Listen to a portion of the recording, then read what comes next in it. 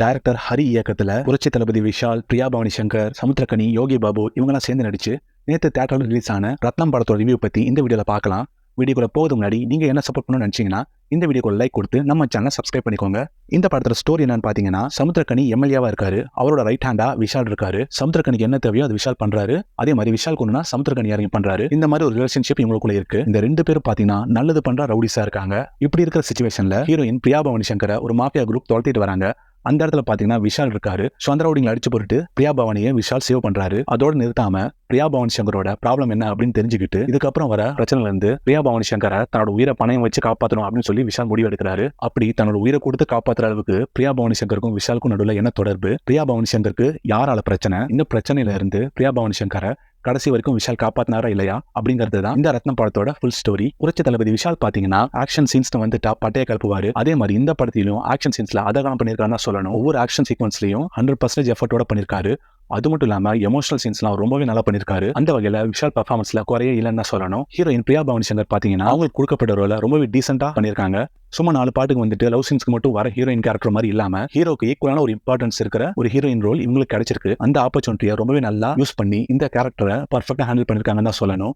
இந்த படத்துல சமுத்திரக்கனிக்கு என்ன ரோல்னு பாத்தீங்கன்னா, பூஜை படம் பார்த்திருப்பீங்கல்ல, அதுல பாத்தீங்கன்னா ஒரு முஸ்லீம் பாய் வருவாரு. விஷால் கொண்டுனா இறங்கி செஞ்சிடறேன் அப்படின்னு சொல்லி ஒரு பாய் கேரக்டர் வருவார் இல்லைங்களா, அந்த கேரக்டர் தான் சமுத்திரக்கனி இந்த படத்துல பண்ணிருக்காரு. இவர் ஆக்டிங் பத்தி சொல்லவே வேணாம், இந்த கேரக்டர் நல்லா தான் பண்ணிருக்காரு. கௌதம் வாசுதேவ் மேனன் ஒரு கேமியோ பண்ணிருக்காரு. அவர் வர சீன்ல ஆடியன்ஸ் மத்தியில ரொம்பவே நல்ல ரெஸ்பான்ஸ் இருந்துச்சு. அந்த வகையில அவர் வர ஒரு கேமியோ சீன் நல்லா தான் இருந்துச்சு.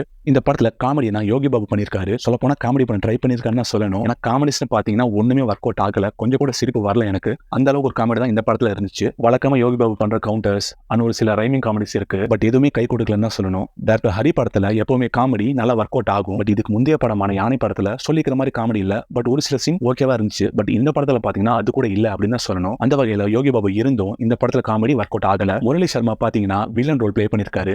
இவர் பெரும்பாலும் காமெடி ரோல்ஸ் இல்லைன்னா சப்போர்ட்டிங் ஆக்டராகவே நம்ம பார்த்து பழக்கப்பட்டிருப்போம். இவர் வில்லனை பார்க்கவே கொஞ்சம் டைம் எடுத்துக்கிச்சு. அது மட்டும் இல்லாம ஒரு ஆவரேஜான வில்லன் ரோல் தான் இது, பெருசா சொல்லிக்கிற மாதிரி இல்ல. இந்த படத்துல மேஜர் பாசிட்டிவ்ஸ் பாத்தீங்கன்னா 2 விஷயங்கள் சொல்லலாம். ஒன்னு பாத்தீங்கன்னா ஆக்ஷன் சீக்வன்சஸ். ஒவ்வொரு ஆக்ஷன் சீன்ஸும் ரொம்ப சூப்பரா இருந்துச்சு. இன்ஃபேக்ட் இந்த படத்துல 10 நிமிஷத்துக்கு ஒரு ஆக்ஷன் சீன்ஸ் வரும். படம் ஃபுல்லா சண்டை தான்.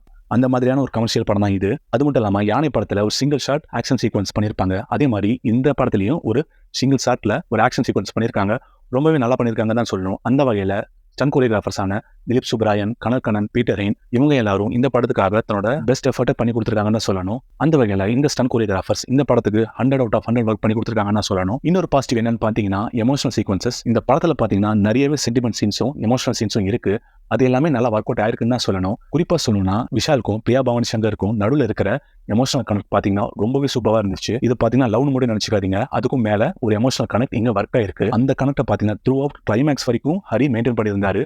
அது ஒரு பாசிட்டிவா தான் சொல்லணும் இந்த படத்துக்கு.